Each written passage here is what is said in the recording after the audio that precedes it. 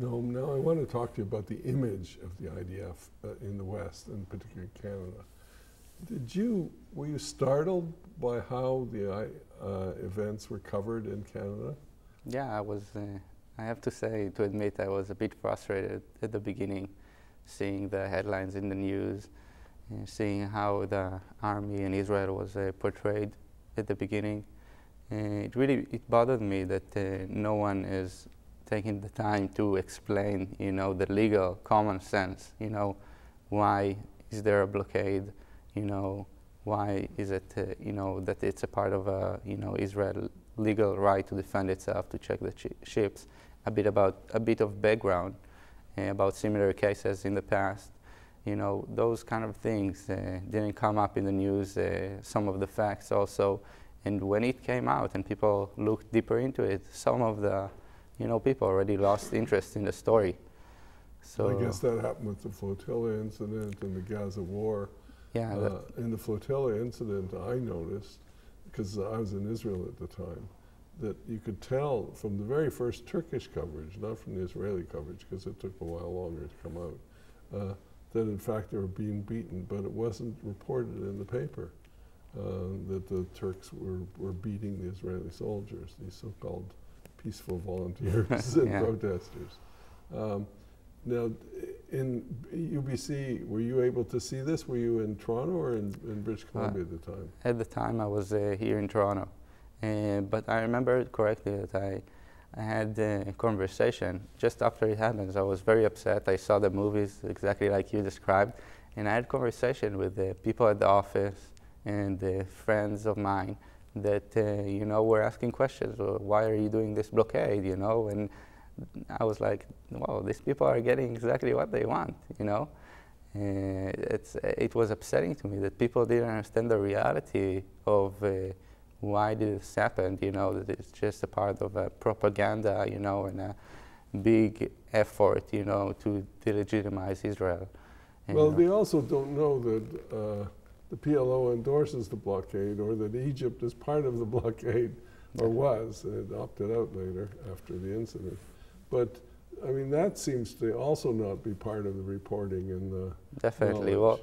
Well, the basic common sense, that people are, like, I think some of my friends, they're educated people, but, you think, where can they get this, information from? It's not in the media, and if they don't make a serious effort to look for it, they won't see it, This is a part, I know it's a part of what's called a state of arms conflict between Israel and Hamas, and the history of thousands of rockets being fired at Israel every year. Stories about ships that were stopped successfully by Israel coming from Iran, with missiles. We know the full story. We know why we need to do that it's a part of our legal right, that it's economic sanctions, it's a common procedure, and it's recognized under international law. And we also know that, with that condition, with that situation and blockade, there are conditions such as, to give notification, which Israel did at the time, and to supply people with the basic humanitarian aids, which Israel is doing.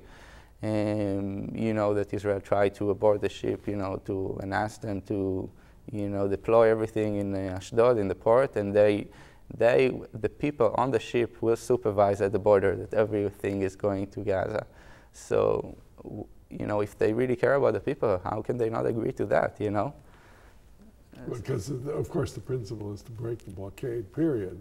And as you said, there's this delegitimization. But I want to ask another question, because one of the things that's happened in the last 25 years is the shift of Israel from the David position to the Goliath position. And the way this war is being fought now is they have to risk certain kinds of numbers, not enough to totally demoralize them. And Israel can't hurt them bad enough lest the whole international community rise up against them. So that it's an odd kind of fight. They could easily win, but they can't win given... I agree. So it's a kind of funny warfare. And you know what, I completely agree with you. And I think that's a part of the advocacy strategy that we took at UBC this year. and we're trying to, reflect on Israel beyond the conflict. There are, a lot of positive sides and positive contributions that Israel made to the world and is still doing.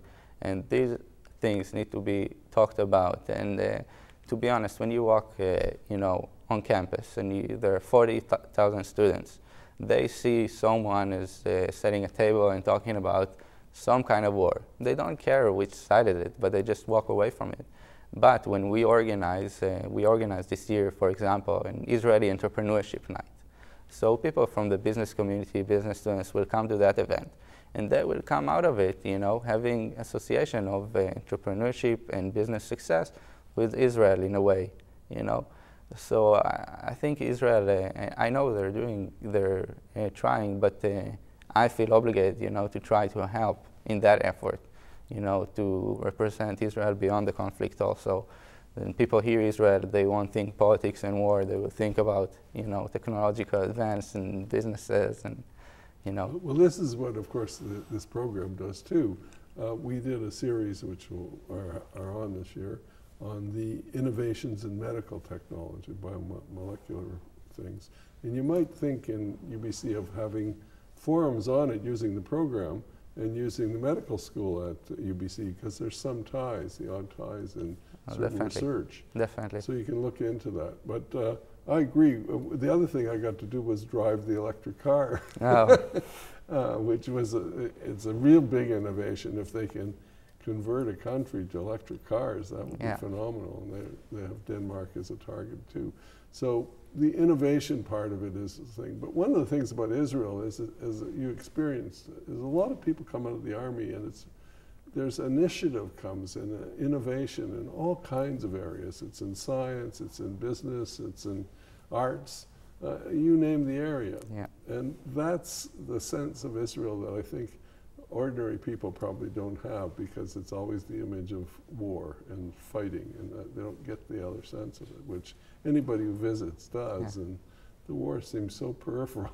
Yeah, I think it's completely, absolutely, I agree with you, and there's a great book about Startup Nation with Dan Senior as a co-author, and he talks a bit about that too, but I think it's not only the startups, it's also when Israeli guys are getting into an organization, there is this drive to get promoted and reach the top and work hard and, to get there. And when I was applying this year to this program at UBC, it's the Portfolio Management Foundation. It's basically a university endowment. We manage about $4 million, real money, stocks and bonds. Oh, you have a team? Yeah. How are you doing? Pretty good. You making money? Yeah. You wish you had the $4 million yourself? One day. But the bottom line, when I was talking to Israeli or Jewish people about me applying, they said, "Oh, you'll get it, no problem." I was like, "How do you know? You barely know me." And they said, "Oh, you're Israeli, you'll get it." And I think there is some part of it, that is true. Well, it's because it's an ethos. The one area that most people don't know about is the good food in Israel now. Oh, yeah. I mean, because of the old days, you have an image of not that, other than salads and vegetables and that. Yeah. But the phenomenal cuisine in Israel, wines. I don't know if you do anything on campus in that area at all. Oh, we should. Yeah, but, I mean, all people like food. So yeah, I know. Yeah. If you want a universal message, that's one. If one last question. If you said you had to do one thing, how would you do it? Not what would you do. How do you sell Israel in the context of this? I think, like I said, represent Israel beyond the conflict. And I think also an interesting approach that I heard, and I think it's true and right, and I tend to do that next year, is to basically do good deeds as part of my organization. Let's say we found a cause to support in Africa, which is important enough. Not enough people talking about it. It's not on the news like the Gaza blockade, but it's important enough. And if we can help with that, that will reflect, in the end on Israel. And Israel is doing that, right? Helping out with hospitals. We saw what they did in Haiti. during the crisis there. Well, with that one, we're going to end because my son was involved with that process at BC, and maybe you guys will link up. That's true. I want to thank you, Noel, for coming on the show and Thank for you. being so clear about your position. Thank you very much for having me.